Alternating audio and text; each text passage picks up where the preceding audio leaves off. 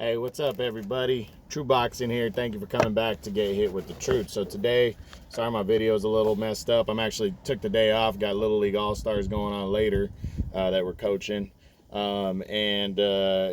Just wanted to take some time while I'm waiting for the wifey here at her appointment to do some videos. So this one, I kind of got to get this one in because this is the preview for Friday, July 9th. Gilberto Ramirez, Sullivan Barrera headline a DAZN card. So actually a pretty good card too. I just checked it out and I was like, whoa, I was surprised that I didn't check out the undercard ahead of time. But again, I've been so busy lately, I haven't even been able to get to my damn podcast, which I'm upset about. But episode 2 is coming, guys, and I will definitely do it before the July 24th pay-per-view clash between Wilder and Fury. I promise you that. But anyways, let's get into the undercard here.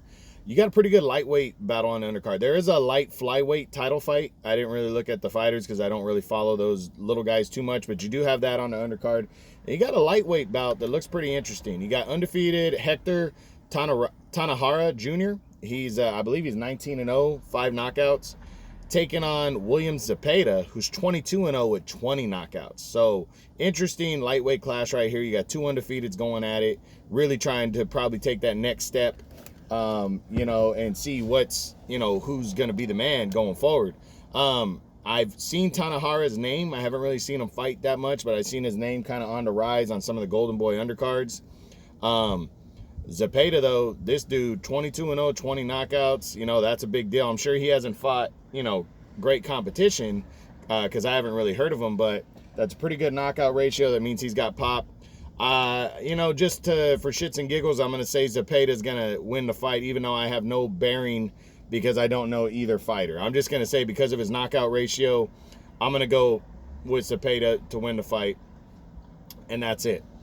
But the co-feature is going to be great. I mean, I thought this was going to be a main event somewhere, and it ends up being the co-feature, which you guys should really pay attention to because you're going to see Joseph Jojo Diaz, former champ at 130, only one loss on his resume to Gary Russell Jr. at featherweight. He is moving up to the lightweight limit, taking another challenge, taking on former junior lightweight champion Javier Fortuna, who also, as I said, he's a former champ. He held the belt at 130 as well. But Fortuna has been trying to get one of the big dogs in the ring. Ryan Garcia was supposed to fight him and bailed on the fight.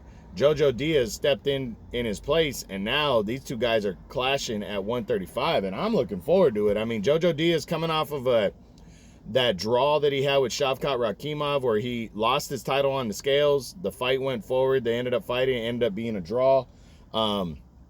He's moving up now another weight class. He just barely moved to 130 within the last couple of years. Only fought like 3 or 4 times there. And now he's stepping up again to 135, which is a big deal. I mean, there's a lot of big names there. And I just think that's a big risk. And Fortuna's been fighting at 135 for a while now. I know he moved up, but he's been fighting for a few years at 135, so he's comfortable with the weight. So I really think this is as close to a 50-50 fight as you can find. It's a great co-feature. My opinion is I'm going with Jojo Diaz. I think he's a little bit better than Fortuna, but I seriously would not be surprised if Fortuna beats Jojo Diaz. He's a very crafty southpaw, but he also fights with power. Jojo's stepping up to 135 for his first time. I like Diaz. I think he can win this fight. I really do. And I'm picking him to win a close decision.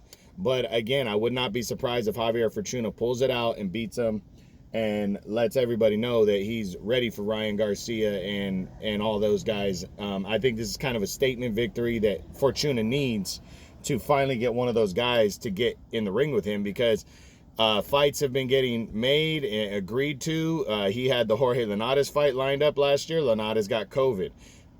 He had Ryan Garcia this year. That fight fell through. Now he's getting Jojo Diaz. I hope this fight goes through as planned. It's going to be good. I'm going with Diaz, but it could go either way. And then the main event, you got the former super middleweight champion at 168, Gilberto Ramirez, undefeated, and is campaigning at 175 now, is taking on former world title challenger Sullivan Barrera. This is a big fight. I believe they're fighting a little bit above the 175 limit. Ramirez, though, is lobbying for a title fight with Dimitri Bivol. He wants a big fight. He just signed with Golden Boy. Bivol is with Matchroom and Eddie Hearn. And if he gets through this one, Bivol just beat Craig Richards to successfully defend his title back in May.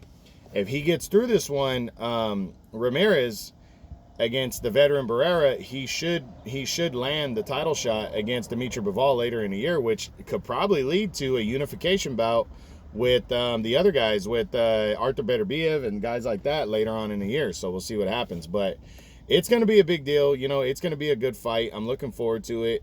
Barrera, you know, that dude can still bang no matter what. He's a good veteran. I think he's past it, though. But Ramirez is just, you know, I mean, he's good. He throws a lot of punches. I think he's in his physical prime. I think he's going to go out there and beat Sullivan Barrera. I got him winning a one-sided decision. I do believe Barrera could be in the fight, though. It could be close, especially early on. But I think Ramirez is going to figure out what's going on. He's going to beat Barrera to the punch consistently. I think he either stops Barrera in the late rounds or he gets a convincing decision win and walks away the winner. But it's a good night of boxing, guys. Friday, July 9th on DAZN. A good night of boxing. Make sure you check it out, man. I'm going to be trying to check that out for sure.